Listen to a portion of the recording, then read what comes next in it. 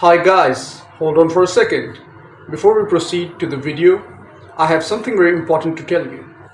Professor Jon V. Kofas has published his new book in collaboration with Little French Media, and the title of the book is Neoliberalism, Inequality, and Authoritarianism. This book details how neoliberalism impacts the geopolitical economy in the 21st century. You can buy it from Amazon, and the link is in the description. Thank you. Now let's proceed to the video. One of the reasons, by the way, that Hezbollah has had such popularity is because from the 1982 invasion, bombardment, I should say, of Israel, and then the retaliation of Hezbollah in 1983, I think in April, both and then in October, first in the U.S. embassy and then U.S. barracks and multinational barracks, multi-ethnic barracks, Western barracks, they included French soldiers as well.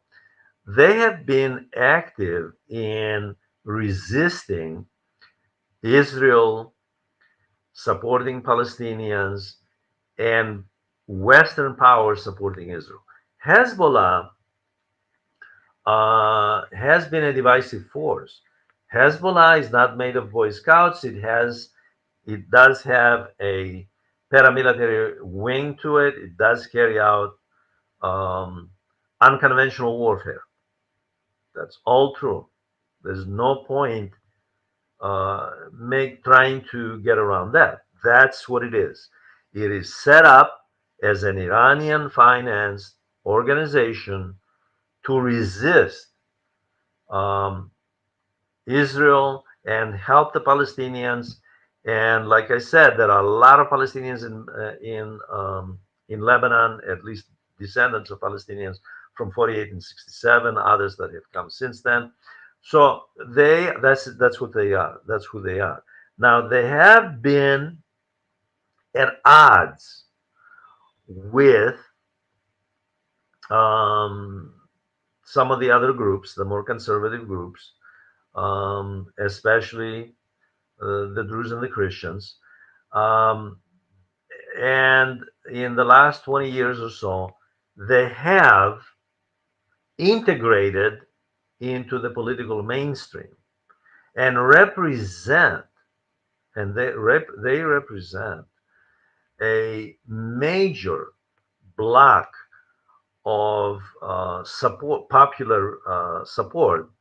So they have substantial support, political support, and popular support in Lebanon. One of the goals of Israel in the West has been to divide the Lebanese people so they can turn against Hezbollah. And one of the goals of Israel in doing this, going this techno war route, although it has backfired, um, was to get a lot of the Lebanese people who are against Hezbollah, they're not at least friendly toward the Hezbollah, although make no mistake about it, Hezbollah has enormous support in Lebanon, to turn against them so they can divide and so they can prevail, and also so they can present the genocidal war back in Gaza that has been going on for nearly a year. You see, this is all part of a larger struggle against terrorists like Hezbollah. So it's really conventional war.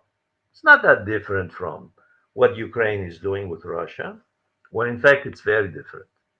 Okay? So, and Hezbollah, by the way, has been engaged in a lot of social development programs. They help people because this is a country, the Lebanese people, this is a country with 40%, I'm going to repeat that, 40% of the population below the poverty level. An official rate of unemployment, 20%. Hezbollah is also in the business of aiding people, providing aid for people. Okay. This is also a country with enormous level of corruption, including Allegations, I emphasize, nothing's proved so far, but there are papers in the French judicial system against the current prime minister for fraud and money laundering. Allegations. He's denied them. Fine. This is a government that has been historically swimming in corruption.